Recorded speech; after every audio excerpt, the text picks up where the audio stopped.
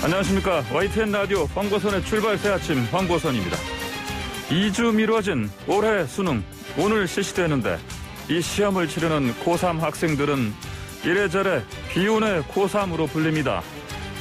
월드컵 4강 신화를 썼던 해 2002년생들인데 2009년 초등학교 들어가서 신종플루를, 중학생이 된 2015년엔 메르스, 그리고 고3 내내 올해 코로나19를 겪었죠.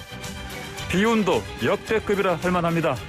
자, 힘겹게 걸어온 2002년생들, 오늘 시험 잘 치르시고 내년엔 코로나19를 잘 이겨낸 대학생 새내기가 되기를 기원합니다. 일단 오늘 입시 추위에다가 수험장 환기도 여러 번 한다고 하니까 옷 겹겹이 따뜻하게 입고 가시기 바랍니다. 영국이 세계 처음으로 코로나19 백신을 승인해서 다음 주에 첫 접종을 한다고 합니다. 우리는 언제가 될까요? 올해 내내 정치권의 블랙홀이었던 이른바 추윤 갈등, 추미애 장관과 윤석열 총장의 동반 사태로 갈문이 될 거라는 설은 소문으로 그쳤고 오히려 이제 서로 전열을 갈아듣는 태세입니다. 내일로 이틀 연기된 징계위원회가 어떻게 될지 추미애 관심사입니다. 오늘 이런 이슈들 중심으로 인터뷰하고 분석도 하겠습니다. 2020년 12월 3일 목요일 YTN 라디오 황보선의 출발 새 아침 시작합니다.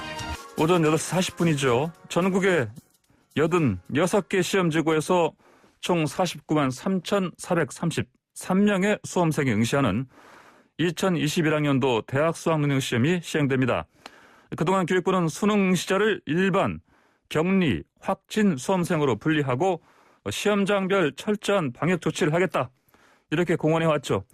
자, 관련해서 자세한 이야기 나눠보겠습니다. 이재갑 한림대 강남성심병원 감염내과 교수 전화 연결돼 있습니다. 안녕하십니까? 네, 안녕하세요. 네. 자, 확진된 수험생은 생활치료센터나 병원에서 따로 시험 봐야 되고, 또 그 자가격리 수험생들도 완전히 다른 공간에서 시험을 봐야 된다, 그런 상황이죠? 예, 그렇습니다. 일단 이제 그 감염병 전담병원 중에 몇 병원들이 이제 수학력 평가 거점 병원으로 지정이 돼서요. 예. 그 병원에서는 이제 이미 신고돼 있는 그런 수험생들 같은 경우에 거기서 시험 볼 수 있게 준비가 돼 있고요. 예. 또한 자가격리 대상자 같은 경우는 아예 수험장을 다른 곳에 마련해서 이제 오늘 새벽까지 통보받은 사람들이 있다면 거기에 신고를 하게 되면 그 자가격리 대상자 전용 수험장에서 시험을 보게 돼 있습니다. 예.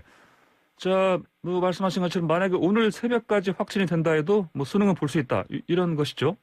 예, 새벽까지 됐어도 일단은 그거를 보건소 통해서 이제 교육부에 신고가 되면 어떻게 해서든 시험 보게 해주겠다, 이렇게 교육부에서 얘기를 했습니다. 네. 예. 근데 지금 보건소 인력이 24시간 근무를 하고 있는 거지 알고 있습니다. 네, 그렇습니다. 예. 그러면은 이제 이른바 PCR 검사라고 하죠? 예. 이런 이 검사도 결과를 최대한 빨리 당겨서 내주겠다, 이렇게 하고 있죠? 네, 어제 10시까지 그 보건소가 운영이 되고 PCR 검사를 해서 새벽까지라도 결과를 내주겠다, 이렇게 얘기가 되고 아마 그렇게 진행이 된 것으로 알고 있습니다. 예. 이제 수능 시험장에 들어갈 때 그 마스크 착용은 반드시 당연히 해야 되는 것이고, 네. 그런데 또 혹시 그 마스크 종류가 여러 개 아닙니까? 이것도 좀 관련해서 어떤 까다롭게 어떤 규정이 좀 마련돼 있습니까? 일단 기본적으로 지금 이제 저희가 마스크와 관련돼서 이제 벌금 내고 이런 게 결정될 때 정해진 마스크 종류 있잖아요. 그러니까 쓰면 안 되는 마스크가 좀 몇 개 정해져 있죠. 네네. 망사 마스크나 이제 밸브가 달려있는 마스크 외에 일단 식약처에서 승인된 종류의 어떤 마스크든 상관은 없다고 돼 있습니다. 네네, 그렇군요. 자, 전문가들은 지금 혹시 수험생 중에 혹시나 그 무증상 감염을 혹시 겪고 있는데도 시험을 치르는 학생이 있지 않을까, 또 이런 걱정도 나오고 있습니다. 그렇죠? 그러니까 일단 일부 지금 이제 지역사회 감염이 많다 보니까 그런 학생들이 있을 수는 있겠지만요.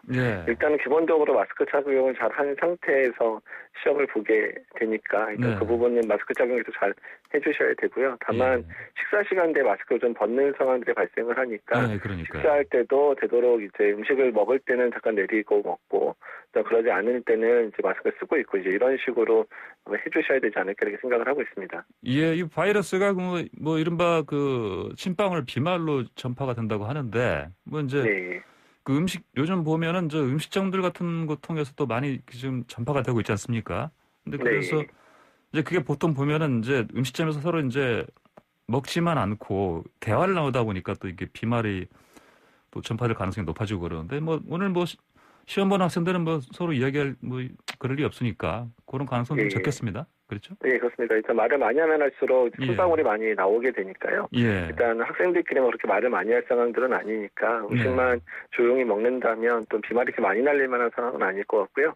또 이제 쉬는 시간이나 이제 식사 시간에는 환기를 좀 잘 하고 있을 거기 때문에 그런 부분에 있어서는 너무 이렇게 걱정을 안 하셔도 될 것 같습니다. 그러니까 환기도 자주 뭐 한다고 들었습니다.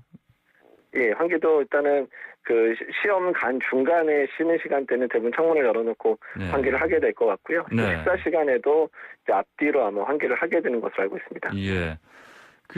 근데 이제 뭐 마스크를 이제 쓴 상태에서 시험을 치러야 하니까 이것도 사실 글쎄요. 그동안 뭐 지난 1년간 코로나를 겪고 왔으니까 뭐 그동안 뭐 어떤 시험 볼 때도 이런 것도 해보지 않았을까 생각은 들지만 여전히 그래도 이게 힘들지 않을까 그런 걱정이 듭니다. 그렇죠. 사실 머리를 좀 많이 이제 쓰면서 집중도 해야 되고 뭐 이러기 때문에 게다가 이제 마스크 쓰고 있으면 약간 이 김두설이면서 안경 쓰는 친구들 같은 게 좀 불편할 수도 있긴 있는데요. 그러니까요. 어쨌든 이제 그만큼이나 이제 오랜 기간 동안 지내왔고 또 학교에서 수업 들을 때도 마스크를 쓰면서 수업을 들었었기 때문에 본인들이 평소에 썼을 때 가장 편했던 마스크 종류를 잘 쓰고 또 시험 때 너무 긴장하지 말고 편안하게 시험을 봤으면 좋겠습니다. 자, 이제 시험 치르고도 좀 걱정입니다. 사실 뭐 또 수능 후엔 또 뭐 각 학교 논술 면접 이런 게 지금 예정돼 있는데 그래서 이런 전형에 응시하지 못하면 어떨까 해서 사실 좀 증상이 있더라도 혹시 거짓말하는 학생들이 있지 않을까 또 이런 가능성도 있지 않습니까? 일단 뭐 그러지는 않았으면 좋겠고 또 그러지는 않을 거라 생각은 하고요. 왜냐하면 본인의 건강이 계속 제일 중요하기 때문에 그런 부분 빨리 이제 증상 있으면 진단 받도록 노력해 주실 거라 믿고 있고요. 다만 이제 수능 이후에 여러 가지 뭐 이제 수험표 이벤트나 이런 게 예전에 상당히 많았잖아요. 근데 이제 이번에는 그럴 수 있는 상황들이 아니니까 일단 차분하게 수업 그 시험 이후에도 차분하게 뭐 면접이나 실기 시험이나 뭐 논술이나 이런 것도 잘 준비해서 차질 없이 시험을 좀 치를 수 있었으면 좋겠고요. 그러니까 수능 같은 경우는 이제 확진자도 시험 볼 수 있게 어떻든 노력을 하고 있지만 이제 대학별로 치러지는 이제 면접이나 실기 시험이나 이제 뭐 논술이나 이런 경우에는 이제 불가피하게 시험을 이제 못 보는 그런 상황들도 있을 수 있어서 어쨌든 철저하게 이제 본인의 건강 잘 지켜서 그런 입시 전형에 문제 없도록 해주시는 게 상당히 중요할 것 같습니다. 알겠습니다. 오늘 말씀 여기까지 듣겠습니다. 감사합니다. 네, 감사합니다. 지금까지 이재갑 한림대 강남성심병원 감염내과 교수였습니다. 자, 이렇게 사상초유란 말 자꾸 붙습니다. 코로나 수능에 이제 교육계도 여러 변수들 예상하고 있죠. 뭐 교육과 입시 분야 직격탄을 맞은 상황인데 그래서 이제 수능 치른 다음에 이 수능 성적의 격차가 또 크게 벌어질 거다. 예년에 비해서 그 하향 평준화가 또 심해질 것이다. 이런 얘기들이 나옵니다. 자, 관련 얘기들 들어보겠습니다. 자, 이만기 UAE 교육평가연구소장 연결되어 있습니다. 안녕하십니까? 네, 안녕하세요. 이만기입니다. 이번 수능이 처음으로 연기된 것이죠? 그동안 수능 연기는 한 4번 정도 있었는데요. 사실은 뭐 2005년에도 그 에이펙 때문에 한번 연기가 됐고 2010년에도 G20 때문에 연기가 됐는데 급작스럽게 연기가 된 것은 이제 2017년에 포항 지진 때 수능 시험 전날 연기가 됐고요. 이제 그래 4번째 연기가 된 겁니다. 4번째 연기됐군요. 그러면은 자 어떻습니까? 이렇게 그 연기되다 보니까 그 고3 학생들의 특히 이제 고3 학생뿐이 아니고요. 또 재수생들도 있는데 그 성적 분포가 좀 어떻게 변화했을까? 뭐 이런 것도 관건 아니겠습니까? 원래 이제 졸업생들과 재학생 사이에는 성적 격차가 있었거든요. 그런데 사실 많은 그 사람들이 우려를 했는데 평가원의 공식 발표는 졸업생과 재학생들의 성적 격차가 예년과 큰 차이 없다는 것이 평가원의 공식 입장입니다. 그래서 코로나19에도 불구하고 재학생과 졸업생의 격차는 그냥 여전했다. 더 커지지 않았다는 것이 평가원의 입장입니다. 그렇습니까? 근데 이제 뭐 일각에서는 대면 수업을 하지 않았기 때문에 이 보면 특히 이제 뭐 모의고사 결과들을 보면은 뭐 상위권은 뭐 거의 그대로 있는데 실은 이제 중위권 이하, 하위권 쪽에서 보면은 뭐 이른바 하향 평준화가 좀 있다. 뭐 이런 분석도 있긴 한데요. 그렇습니다. 입시기관들의 발표에 의하면 상하위권 격차가 커졌다는 것이죠. 그러니까 이를테면 상위권 애들은 그래도 자기주도 학습 능력이 되는데 중하위권 아이들은 그게 안 되기 때문에 전반적으로 학습량이 줄면서 성적 격차가 커졌다는 것이 입시기관들의 분석입니다. 예. 아니 그러면 이제 이렇게 그 재수생과 그 지금 고3 학생 사이에 어떤 뭐 성적상의 어떤 뭐 큰 격차가 없기 때문에 그렇다면 뭐 그런 분석이 있다면은 올해 그 수능 난이도도 그런 변화가 없겠습니다. 어떻게 보십니까? 지금 이제 평가원의 공식 입장은 인위적인 난이도 조절은 없다는 것이 공식 입장인데요. 사실 전문가들이 보기에는 그럼에도 불구하고 어렵게 내기는 어려울 것이다. 왜냐하면 전반적으로 졸업생이든 재학생이든 학습량이 부족하고 대면 수업의 기회가 적었기 때문에 아무래도 문제를 쉽게 내도 어렵게 풀 가능성이 높거든요. 그래서 아마 대부분 전문가들은 평이하게 내지 않겠나 하는 것이 일반적인 추측입니다만은 모든 시험의 결과는 뭐 시험이 끝나봐야 아는 거니까 그렇습니다. 네, 그러면은 각 영역별로도 어떤 특이점들이 좀 생길까요? 어떻게 보십니까? 지금 이제 몇 년 동안 계속 어렵게 나왔던 것이 국어였거든요.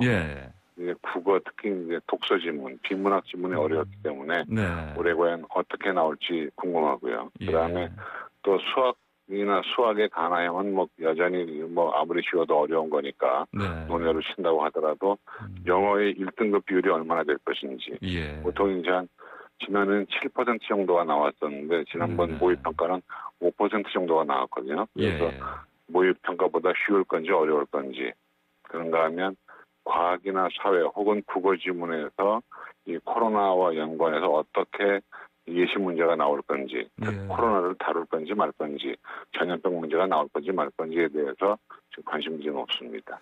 요즘 그렇지 않아도 요즘 고3 학생 수 자체가 역대 또 최저라고 하던데 이런 상황에서 또 수능을 포기하는 학생들도 많이 좀 늘어날 것이다. 이런 얘기가 들립니다. 그렇습니다. 좀 전에도 이제 교수님 그런 말씀을 하셨는데, 자가격리가 되거나 확진자가 되면은 수능 이후에 치러질 대학별고사 응시가 제한을 받거든요. 그래서 수능 시험이 필요 없는 수시 입학생들 같은 경우에 뭐 수능 시험을 안 보겠다 이런 움직임이 지금 수험생들 커뮤니티에서 많이 돌고 있기 때문에 다른 학생들이 두려움에 따르고 있는 것이죠. 왜냐하면 애들 숫자가 줄면 그만큼 등급받기가 어려워져서 수시 최저 기준을 채우는데 문제가 생길 수 있습니다. 그러면 이제 주로 중상위권 쪽으로 경쟁이 더 치열해지는 거 아니겠습니까?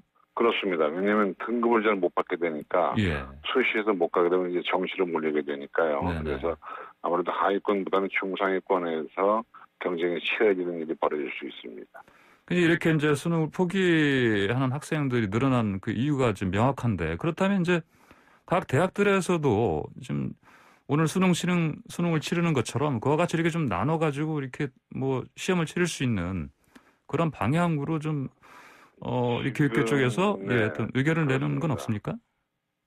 교육부는 대학들에게 권장을 하기를 자가격리나 확진자도 응시할 수 있도록 권장을 하고 있는데 실제로 그 방역의 책임이 대학에 있기 때문에 대학 관계자들이 그거를 감수하기가 쉽지 않습니다. 그래서 지금 이 아주 신퇴양난에 빠져 있는 상황입니다. 그러니까 아이들을 위해서 시험은 보게 해야 되는데 방역할 능력은 없기 때문에 상당히 지금 곤혹스러워하고 있습니다. 그러니까 이게 이제 뭐 교육부에서는 권고는 한다지만 또 대학 입장에서는 그럴 준비가 안 됐기 때문에 이렇게 하는 것 같은데 특히 이제 실기시험 같은 경우는 교수님들이 채점을 해야 되는데 그러니까 교육부의 의견은 각 권역별로 일정한 장소를 만들어서 애들을 거기 모여서 시험 보게 한다는 건데요. 문제는 채점관들이 거기까지 가야 되니까 쉽지 않은 일이죠.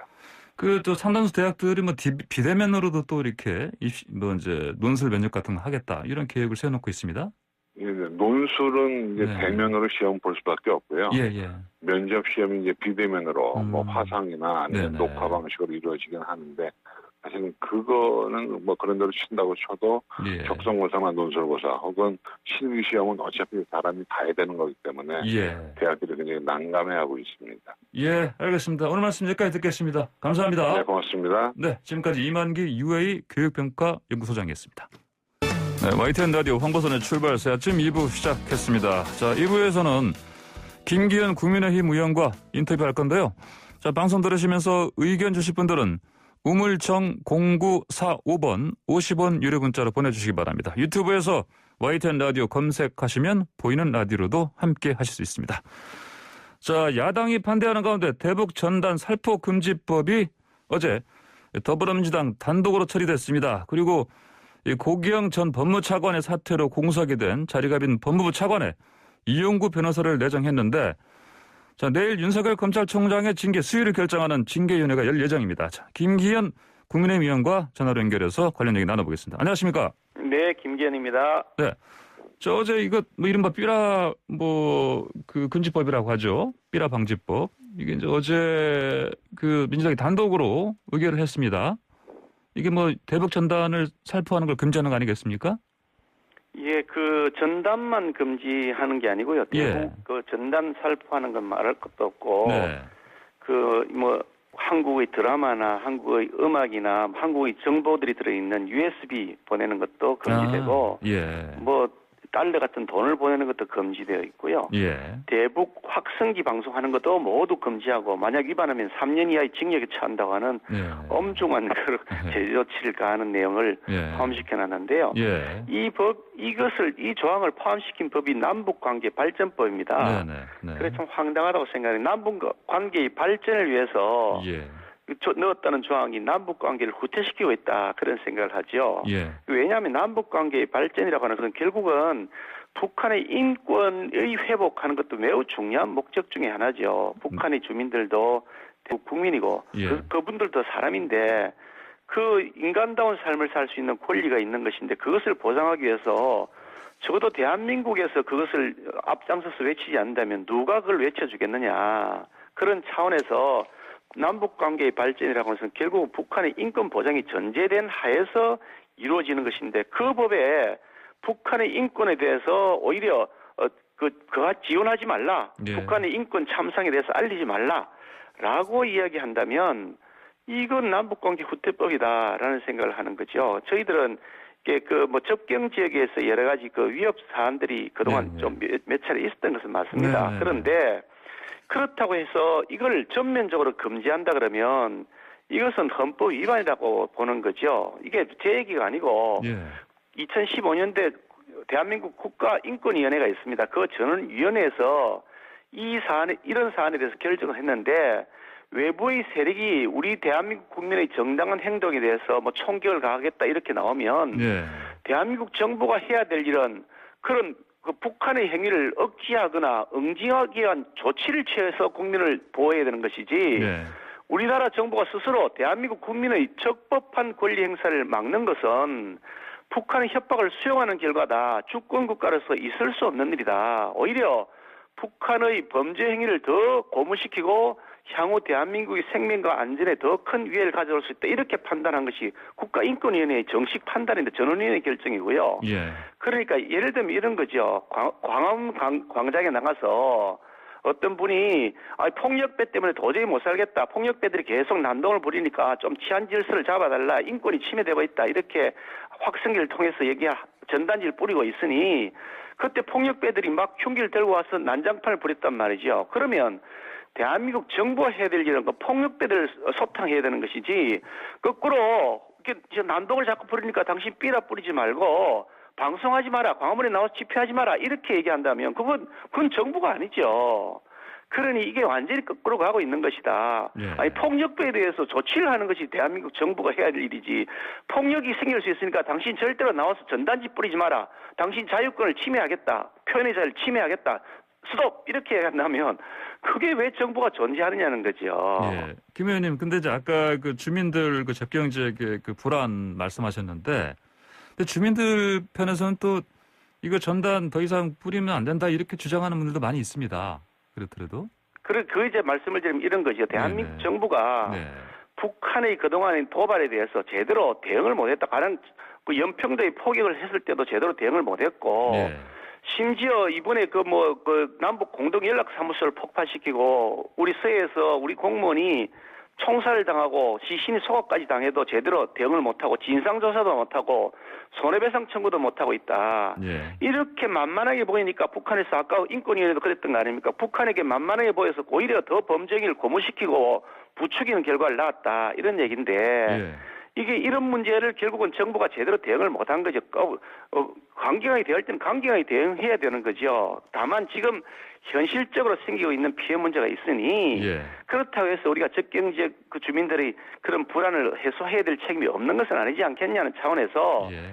현실적 입장에서 보면 저희도 그랬고 우리 당에서도 제안하기를 정이 그렇다면 이 전단을 살포하는 시각과 장소를 공개하지 못하게 하자. 예. 어디에서 몇 시에 뿌린다고 하니 그쪽으로 향해서 무슨 포격을 하겠다고 협박을 하지 않느냐. 네. 그러니까 그걸 시각과 장소를 사전에 공개하지 못하게 하면 예. 이게 하늘 올라갔다가 삐라가 떨어지는데 언제 어디에서 살포된지 모르는 거거든요. 예. 그러면 북한이 그에 대한 보복을 하기가 현실적으로 어려워질 것이니 네네. 그런 우회 방법이라도 선택하자 그랬더니 그것도 전면적으로 무시해버리고 무작정 대한민국 국민의 표현의 자유를 침해하는 법을 만들었다. 그래서 저는 이것은 결국은 김정은이 김여정에게 잘 보이기 위해서 예. 조공을 갖다 바친 것이다. 대한민국 헌법의 자유권을 침해하면서 그런 대한민국 법률을 조공으로 북한에다 갖다 바친 것이다. 그렇게 저는 표현한 거죠. 김여정 칭송법이라는 뭐 얘기까지 나왔습니다. 금년 6월 4일인데요. 김여정이라고 하는 그 예. 김정은의 여동생이 예. 뭐 그냥 그 노발대발하면서 전단 뿌리지 말라고 이렇게 예. 얘기를 했단 말이죠. 그러니까 예. 바로 그날입니다. 바로 6월 4일 그날 통일부가 전단 못 뿌리게 하는 법을 만들겠다 이렇게 발표를 했어요. 예. 김여정이가 뭐 명령하자마자 바로 그날 반응을 하고 예. 바로 그 다음날 6월 5일 날 민주당 의원이 입법을 발의를 했습니다. 그게 지금 이번에 처리가 된 건데요. 예. 대한민국 정부가 대한민국 국민들의 뭐 부동산 때문에 못 살겠다, 일자리 때문에 지금 뭐 죽을 지경이다, 경제가 폭망했지 않느냐, 예. 법무장관과 지금 뭐 검찰총장의 그런 논란 때문에 스트레스 받는데 대통령이 뭐 하고 있느냐 해도 대통령이 말씀 한마디 없으시더니 김여정이가 한마디 하니까 바로 그날 통일부가 움직여서 법률을 만들겠다고 하니 이게 김여정의 하명법 아니냐라고 생각할 수밖에 없는 거죠. 예. 자, 근데 지금 어제 같은 경우는 이 외통이 이제 상임위에서 이제 이게 통과된 것이고, 그러면 이제 전체 회의에서 최종 만약에 이게 통과된다면 어떻게 대응하실 겁니까? 글쎄, 저희들은 지금 법사위에서 아직 예. 외통위가 통과되었습니다. 법사위 과정이 남아 있어서 예. 이 법은 명확하게 위헌이라는 점을 확실하게 제기할 것이고요. 예. 그럼에도 불구하고 만약에 민주당이 이걸 강행 처리한다 그러면 네. 그야말로 그것은 대한민국의 국민들을 우롱하는 것이다. 그래서 우리 국민들께 호소할 수밖에 없다고 생각하는데 예. 민주당이 요즘 하고 있는 거 보면 뭐 공수처법을 자기들 마음대로 막 일방적으로 독단적으로 처리를 했다가 자기들 또 뜻대로 안 된다고 싶으니까 그 법을 또 뜯어 고치겠다고 합니다. 부동산 3법 뭐 그게 뭐 대한민국 부동산을 뭐 안정화시킨다고 큰 소리 치더니 지금 완전히 폭등으로 해서 국민들이 아우성인데 이런 것도 전부 그냥 군사 작전하듯이 처리를 했죠. 예. 그리고 국회 상임위원장, 국회의장당 구성 이거 전부 자기들이 독식하면서 그냥 군사 작전하듯이 다 처리를 했죠. 이런 걸 보면 완전히 폭주당이다, 내 마음대로 당이다 하는 생각이 드는데 이번 김여정 하명법, 뭐 예. 북한에 대한 조공을 바치는 이 법도 예. 결국 김정은이 눈치 보면서 그렇게 하지 않겠느냐. 오로지 김정은이에게 잘 보여서 뭔가 가짜 평화쇼를 한번 해보겠다는 목적밖에 없는 것 아니냐 이런 생각을 합니다. 예, 여론에 호소한다고 말씀하셨는데 또 법적으로도 대처하실 그 계획이 있습니까? 이것이 만약에 통과가 자기들 일방적으로 예. 통과하겠다 그러면 네. 위헌 소지가 있기 때문에 예. 헌법재판소에 위헌 법률이라고 하는 심판증을 할 것인지 여부를 네. 제일 당내에 검토를 하고 있습니다. 아, 검토하고 계시다고요. 네, 알겠습니다. 주제를 좀 바꿔보겠습니다. 윤석열 총장 그 징계 수위를 결정할 이제 징계위원회가 이제 뭐 연기됐다가 내일 열립니다. 근데 이제 앞서서 고기영 법무차관이 사표 제출했고요. 그래서 후임으로 이용구 전 법무부 법무실장이 내정됐습니다. 이렇게 이제 급속하게 이제 뭐 징계위를 준비하는 상황인데 이 상황 어떻게 보십니까? 저는 이 사안을 보면서 정말 이제 2판 4판이라고 생각하시는 건 아닌가 하는 생각이 들었습니다. 얼마나 지연죄가 무겁고 또 그 증거가 조사하면 금방 나올 만큼 명백한 그런 상태인지 이렇게 서둘러서 윤석열을 내치려고 하고 있는 것이구나 하는 그런 생각을 하게 됩니다. 어떤 분은 국민에 대한 뭐 선전포고라 이렇게 표현하셨던데 예. 이성적 판단을 잃었다 그런 생각을 저는 하게 됩니다. 정부가요.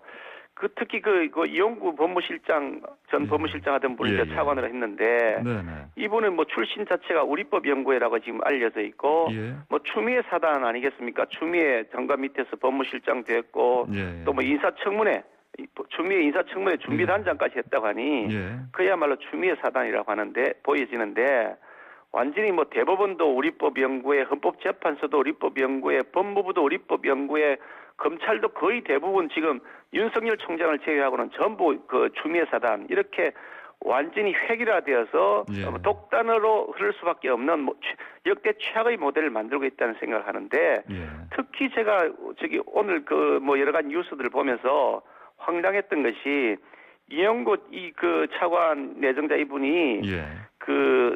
백운규 산업부 전 장관 네네. 그분 변호인이었다고 하거든요. 예. 백운규 이분이 지금 이 윤석열 총장의 지휘하에 있는 대전지검에서 예. 수사하고 있는 예, 월성 원전 사건 예. 네. 그 사건의 핵심 범죄자다 이렇게 지금 알려져 있고 뭐 밑에 부하 직원에게 이게 월성 원전 빨리 조기 폐기한다는 보고서 안 올리니까 예. 너 죽을래라고 말했다고 하는 그런 언론 보도도 예. 있지 않습니까? 네.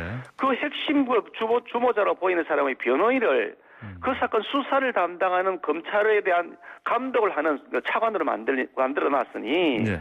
야 이거 범죄자 변호인을 사건 수사 지휘자로 임명한 꼴이다. 이분은 징계위원회 자격 자체가 징계위원장이 자격이 없는 것은 말할 것도 없지만 네.